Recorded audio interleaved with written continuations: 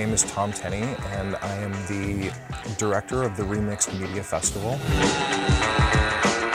We started the festival in 2010 as a way for artists to have a voice in the ongoing conversation about remixing, mashups, copyright law, fair use, and the freedom that artists should have to access their culture in order to add to it and to build upon it.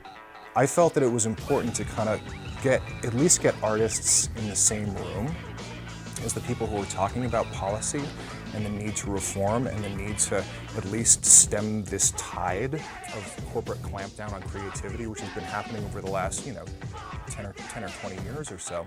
So we created this hybrid event where you take the stuff that happens in these small storefront theaters, but you also take this stuff that's happening in these panel discussions, in these conference rooms, put these people together.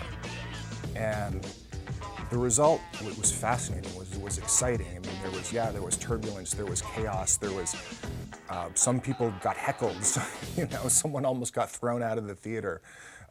There were people on the more intellectual side who I saw looks of horror in their faces, of what are these crazy people doing?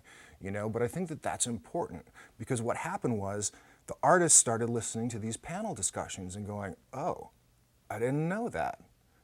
Or these the people on the intellectual side were watching the artists going like, oh, that's really cool. I never thought of remix that way necessarily. I ran into a little bit of friction with some groups on both sides who felt like their definitions were being messed with, and they were. That's kind of the point, is that we were trying to really just break this open and go, you know what? Remix is all of these things.